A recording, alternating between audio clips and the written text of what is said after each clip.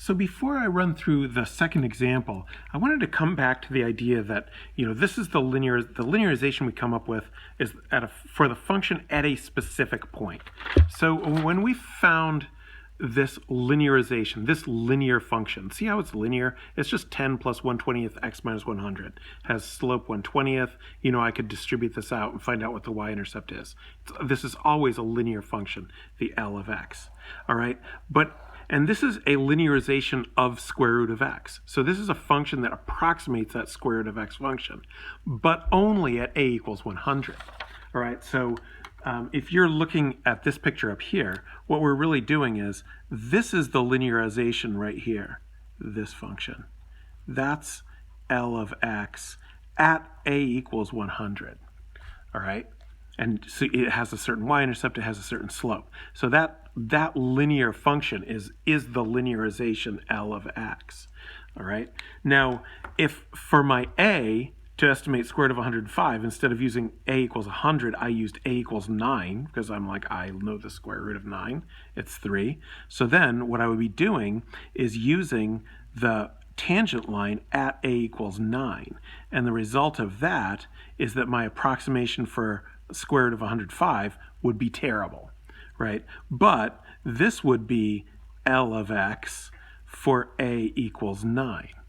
And it would be very useful for approximating the square root of 8. If I was using the square root of, if I want to know the square root of 8, I would use the L of x for square root of x at a equals 9. If I want to know the square root of 101, or even 97, square root of 97, I would use the L of x that is at a equals 100. Sometimes we say centered at a equals 100. And this one's centered at a equals 9, okay? So what the value you choose for a determines what kind of accuracy you're going to have for specific numbers for the linearization that you're doing. Okay, so now, how about ln of 3? Let's find the linearization for ln of 3, and let's estimate the value of ln of 3. But first, let's find our pen. Here it is. Well, this is blue. I really wanted the black one, but I guess I'll live. All right. We're going to find a linearization at a equals, what? At a equals what? What do you think? At a equals what? And use it to estimate ln of 3. Linearization of ln of x. All right, well, what value should we use for a? We talked about it a little bit before. E is equal to 2.718, and I know what the ln of e is. The ln of e is 1, right? I'm going to use e because I know that ln of e is equal to 1, and e being 2.718 is fairly close to 3, so it should give a fair estimate. All right, so we want to use L of x equals f of a plus f prime of a x minus a. Let's get a list of what all these things are. What is the f of x in this case? F of x is ln x, because that's the function we're trying to estimate. All right, what's f prime of x? It's 1 over x. What's the a? A is e. We figured that out. A lot of times in the AP exam, they'll tell you what to use for a, because there's a subjective judgment involved in the selection of a, and they like to avoid that. Yeah, so what's f of a? F of a is the ln of e, which is 1. And what's f prime of a? Well, it's 1 over e. Yeah, you could put a decimal for that right away, but I would just leave it 1 over e, so that would be easier to compute with. Okay, so then I can just directly write what the linearization at x equals e is, a equals e. All right, it's f of a, which is 1, plus f prime of a, which is 1 over e, times, so when we're writing the linearization, we're going to leave the x in there. All right, x minus, but we're going to say what the a is. The a is e, x minus e. There you go. That's the linearization. So this is linearization of f of x equals ln x at A equals E. That's what that is. Now, if I want to estimate ln of 3, the ln of 3 is approximately equal to L of 3, which is exactly equal to, I just wanted to take a moment to admire the linearness of this linearization. See how there's a slope? Distribute it and combine like terms and you get the y-intercept. The y-intercept is 0, isn't it? Hey. I could also rewrite that linearization. I think I'll do it. Because look, it's 1 plus 1 over e minus 1 over e times e is 1 x. X over e. Yeah, so ln of x is just x over e, right? So the slope is 1 over e and the y-intercept is 0. I just noticed that. All right, anyway, so when I do to estimate ln of 3, I'm going to find L of 3, so I can plug into either one of these expressions because they're the same. I'm going to plug into the top just so people don't get too distracted by that. So it is 1 plus 1 over e times, so the 3 is the x. This is what you're trying to estimate is your x.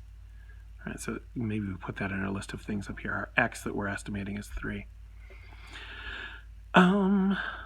3 minus e, so that equals, so now we'll take advantage of that stuff. So this is 1 plus 3 over e minus 1, so it equals 3 over e. So where am I putting approximately equal? Where am I saying exactly equal to?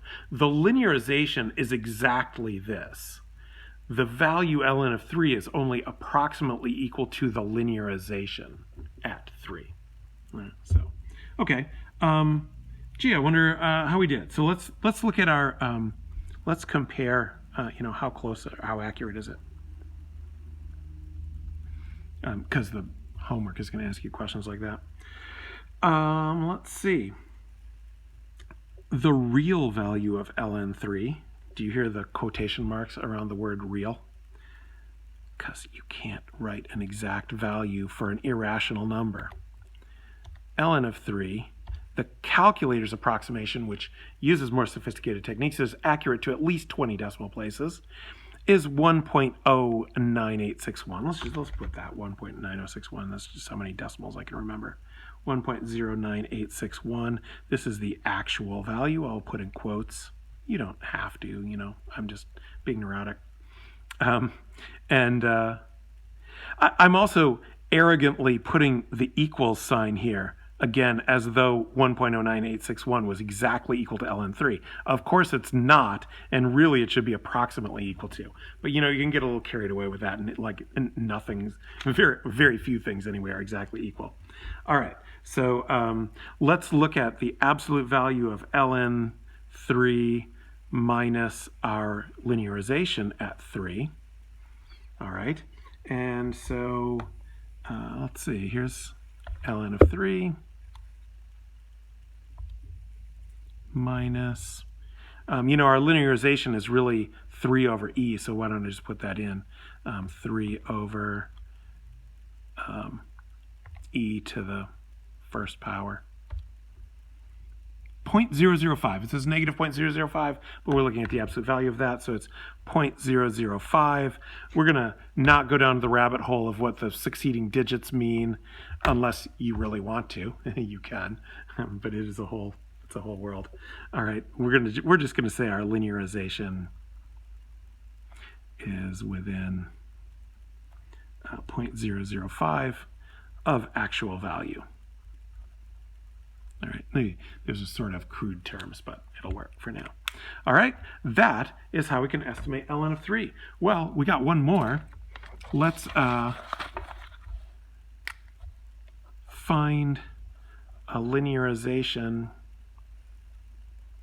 of sine of x at a equals, and I'll let you decide what the a is, to estimate the sine of 1. All right, so I already kind of suggested what the a is. If you want, get started on that one first and then look at what we do, or just hang in there and watch the example.